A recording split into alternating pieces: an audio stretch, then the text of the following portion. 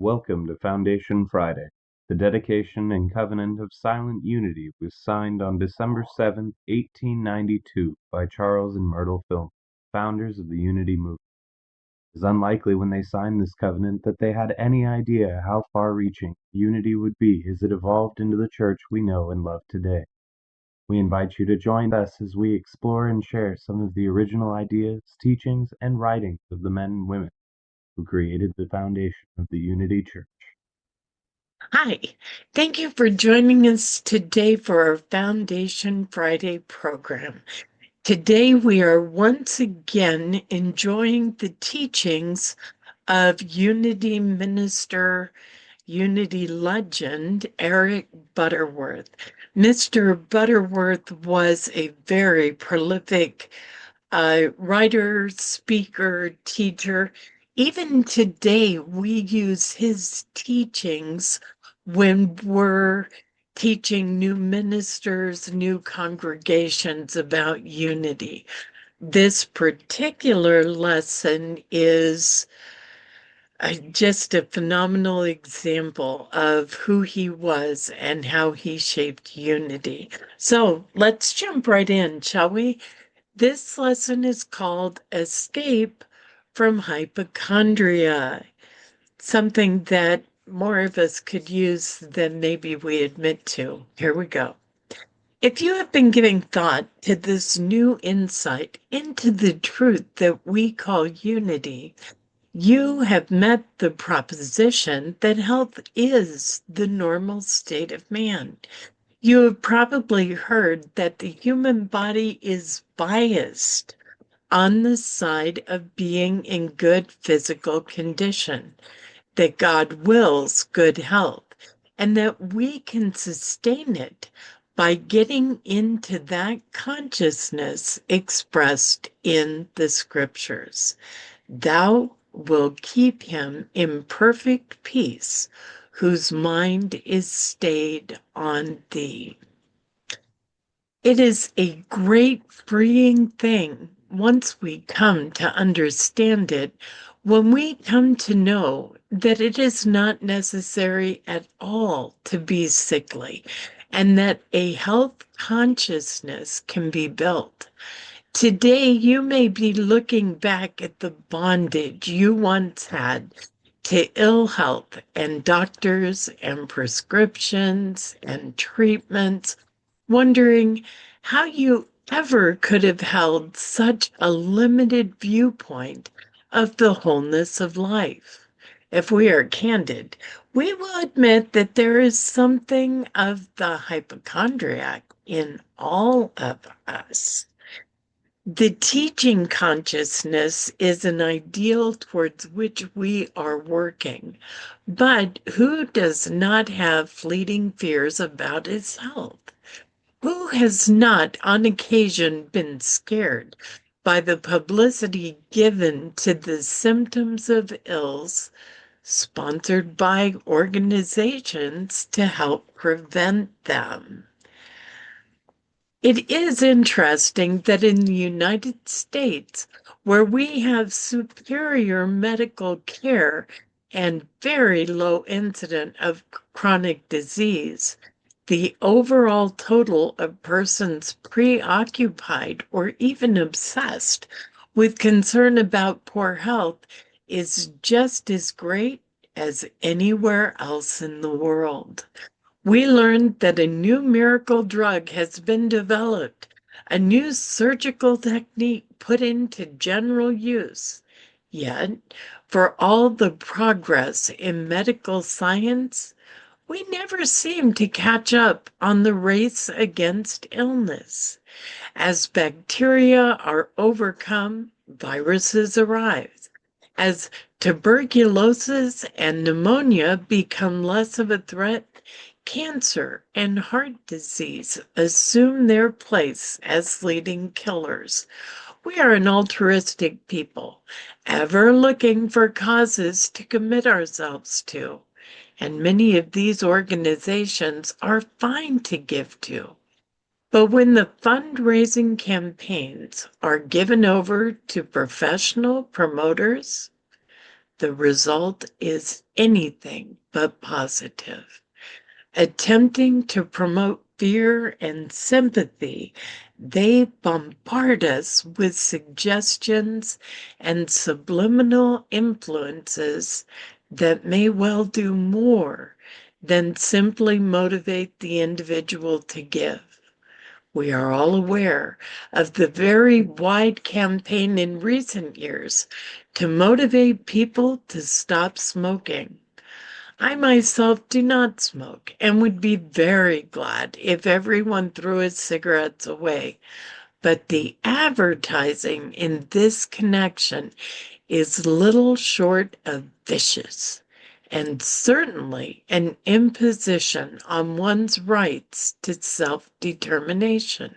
What is more, the smoker has insulated himself against such attacks, so the commercial is left to be viewed by the many non-smokers who are suggestible to the malevolent suggestions to fear of cancer and such diseases. Psychosomatic research has revealed that one of the prime emotional inducements to cancer is excessive fear.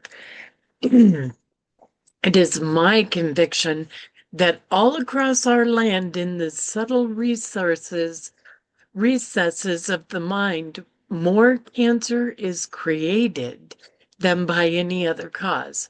This is particularly tragic, coming about as it does as a result of ignorance. No one can watch a television program without being very aware of all the drugstore remedies that are sold by the power of suggestion of many minor ills and distresses. All of this is destructive because through the creative power of imagination, so symptoms are called into being and thus cry out for remedies. Through mass communication, we have been victimized by our own progress. I would not really advocate government control over this, but by all means, we are going to have to employ self-control. One must assert control over his own mind, developing a technique to turn off negatives that may be in the air one way or another. The body is the temple of the living God. Forgetting this valuable quotation from Scripture, we become too body conscious, too aware of organs and their functions and aches and pains, too full of pride, of self-diagnosis.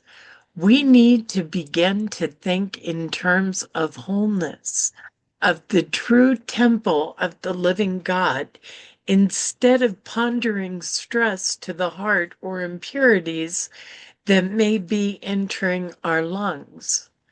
There is a wisdom within us that will keep us balanced in wise action if we believe it.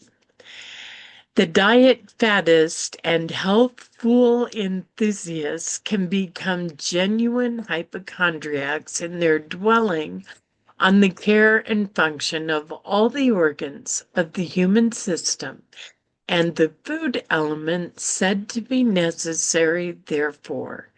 To be overly concerned in this way tends to disrupt the function of the body as a whole unit.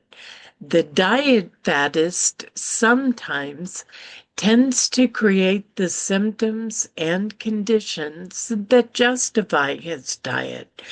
In the end, he is led to feel satisfied that it must be important that he follow this course. Do not misunderstand me. Sensible eating has a very important place in anyone's life. I myself follow a rather strict dietary regime. Just do not overlook the fact that the only really infallible dietitian is the intelligence within. This inner guide will always lead us to eat that which is needed to keep the body, the temple of the living God, in perfect condition, for the Spirit of God dwells within it. When we become involved in treating and caring for the separate needs of the body, in the end, we pit one against the other almost without realizing it. One doctor admitted that he had to work such long hours that he had to take medication to stay awake. And that when he finally had a chance to sleep, he had to take sleeping pills in order to get to sleep. Do not consider this a character. This mode of life is widespread today. We have to keep in mind that the body has its own built-in wisdom and regulators, and we need to place ourselves in the hands of the almighty activity of God and believe that the process achieves its own miracle of perfect life if we do not stand in its way. We need to devise a way to take our mind off our body, to eliminate morbidity and hypochondria. Ask yourself, what do you give your mind for breakfast? What do you give to your own army of intelligent workers' cells each day? What kind of example do you hold up to the workers of your body to be their goal? What would you think of a commanding general who sent his troops into battle downcast and discouraged?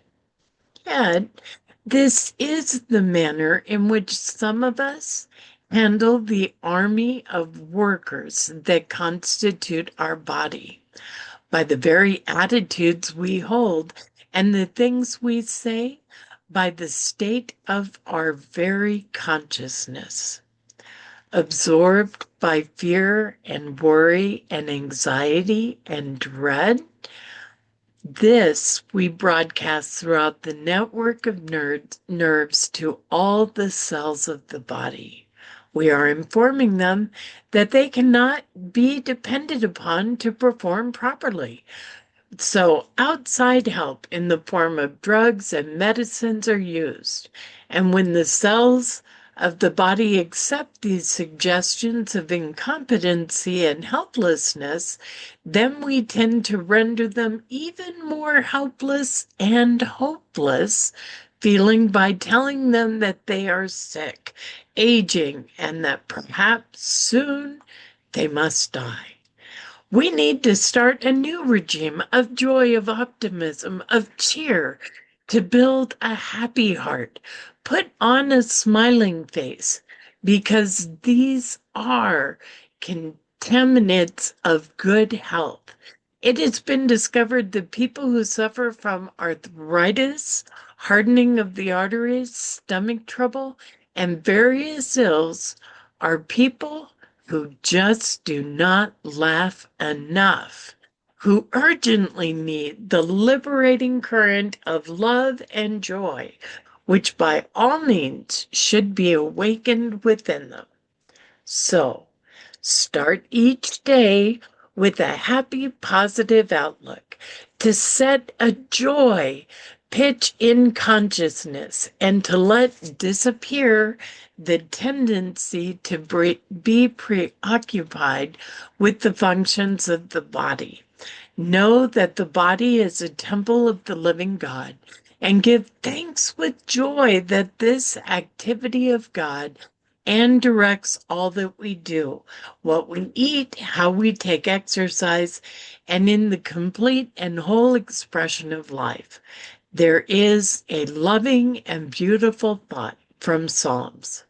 God has put a new song in my heart, and I sing with joy. Far better and wiser and more beneficial than starting the day harping on the same old tune of complaining. Keep your mind stayed on this joy pitch so that you will be impervious to all sorts of worry and anxiety and fear and the hypochondria that in actuality leads to real physical problems and organic ills. Okay, that's it. That's Eric Butterworth's message on overcoming hypochondria. Unity never tells you don't see your doctor or take medicine. What this message is about is establishing joy and laughter and love and hope and faith as the nutrients that feed your body and keep your cells healthy and well. For many of us, that will include other things as well, but we do know that fear and despair and depression do not invigorate or heal us. I hope you've enjoyed this message. I hope that it's helped you, brightened your day, and given you hope. Before we go, please know you matter. You are sacred, and you are so, so very loved. Namaste. Thank you for joining us, and let's stay connected and grow in spirit. We are on Facebook. Search for Unity Church of El Cajon and follow us and like our posts. You can reach us on YouTube at Unity Church of El Cajon. Please subscribe to our channel, watch our videos, and leave comments which can help us improve. We are on the web at unityofelcajon.org. Email or call our church office to receive our weekly newsletters, which lists all of our activities and opportunities to learn and grow together.